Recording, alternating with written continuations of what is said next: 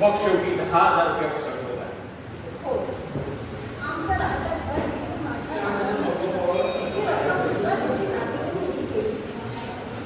आणि त्या संध्याकाळी सगळं दोघांचं वैदिक पद्धतीने लग्न झालं. उद्या ते 10,000 रुपये तुमच्या भावाने याच्याकडे दिले. 5,000 रुपये रोज दिले आणि 5,000 रुपयाची दागिने त्यांनी माझ्या हातावर घातली. कुणी? आणि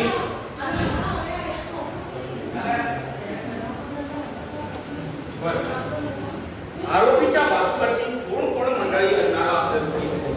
त्यांच्या स्वतःशिवाय कुणीच नव्हतं.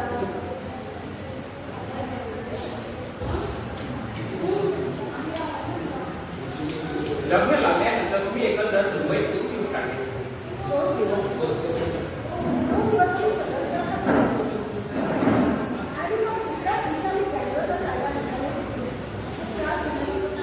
त्या दिवशी दुपारी परत आले. त्यांच्या मुलीने माझं लग्न काय करावं तेच मला कळत नव्हतं. पण यामध्ये काहीच नव्हतं. एक दिवस कशी कळत आली.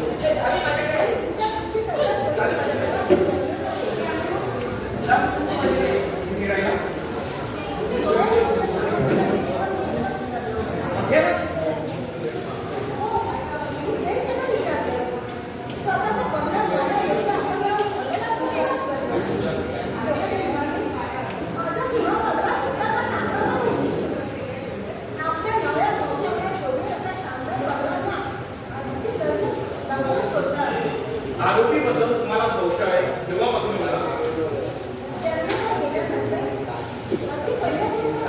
तो कसा काय? आम्ही हॉटेलात जा पोलीस गाड्यात होतो. तिच्या दारामध्ये आम्ही पाठी लावली होती. दिवाकर काका एम.ए. पाणी तेच त्यांना मिळाले. एफआरची पहिली कापून ऐकली नव्हती. तेव्हा ते म्हणाले, तिचा अर्थ केस एडिट एक्सपर्ट.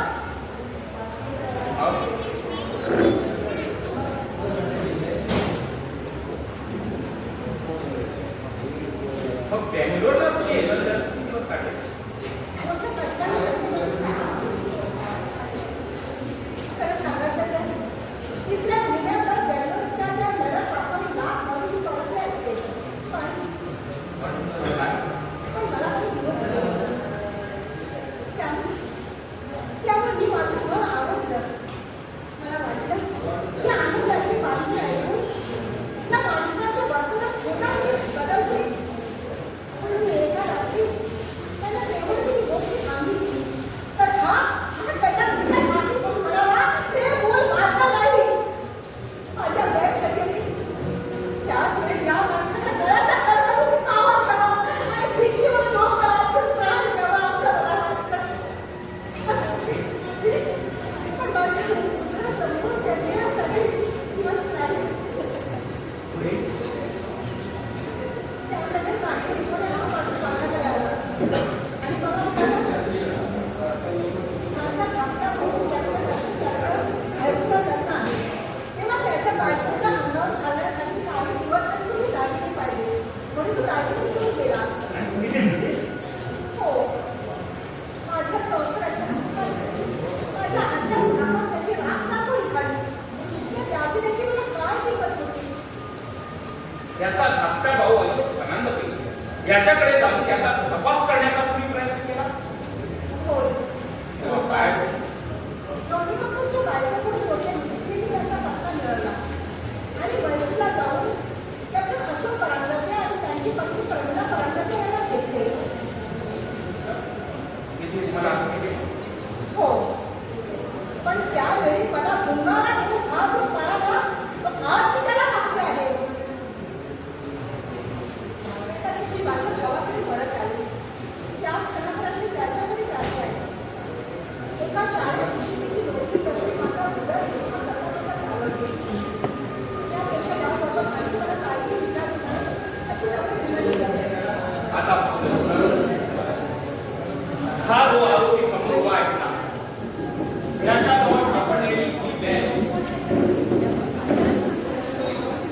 तुमच्या ओळखीची आहे? हो. ती माझ्या लग्नात माझ्या भावाने त्याला भेट दिली होती. आणि त्यामुळे आधीचं तेव्हा मी माझ्या हाताने बनवलं होतं. दाजी शास्त्री दाताला जर सोडून घेऊ, आरोपीने जो डोक्यावर काळा रुमाल घेतला होता तो हाच का? हो. हाच. तेव्हा आरोपी हा निपाणीचा लकोबा लोखंडे नसून आपण कॅबरेचे यांनी आहोत. बेंगलोर येथे आपल्याला महिना 1100 रुपये सरकारी नोकरी आहे असे सांगून तुमच्याशी 10,000 रुपये आवश्यकता मुद्दा पडणारा शेवटी तुमच्याशी लग्न करून तुम्हाला लग्न देणारा हा दिवाळा दादा आहे हे करा हे ना. बोल, बोल, बोल. That's all your honor. तुम्ही बिये आहात? कितव्या वर्षी तुम्ही बिये जाणार?